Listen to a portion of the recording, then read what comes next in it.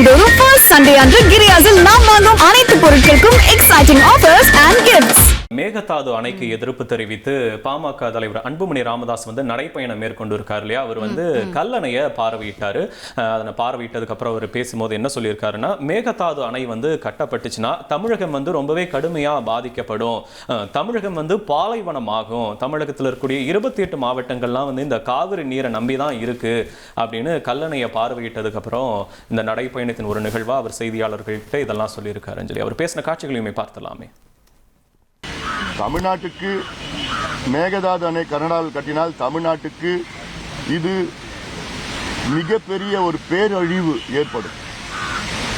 காரணம், காவிரியை நம்பித்தான் தமிழ்நாட்டில் உள்ள 8 கோடி மக்களில் 5.5 கோடி மக்கள் இருக்கின்றார்கள். ஆக மொத்தம் தமிழ்நாட்டில் 38 மாவட்டத்தில் 28 மாவட்டம் காவிரியை நம்பி இருக்கிறோம்.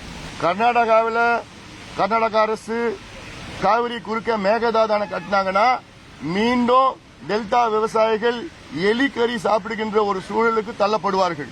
தமிழ்நாட்டில் 1 கிலோ அரிசி 300 ரூபாய்க்கு கூட விற்கப்படும் என்கின்ற ஒரு சூழல் வரும். மாதந்தோறும் ஃபர்ஸ்ட் சண்டே அன்று கிரியாஸில் நாம் வாங்கும் அனைத்து பொருட்களுக்கும் எக்ஸைட்டிங் ஆஃபர்ஸ் அண்ட் கிஃப்ட்ஸ்.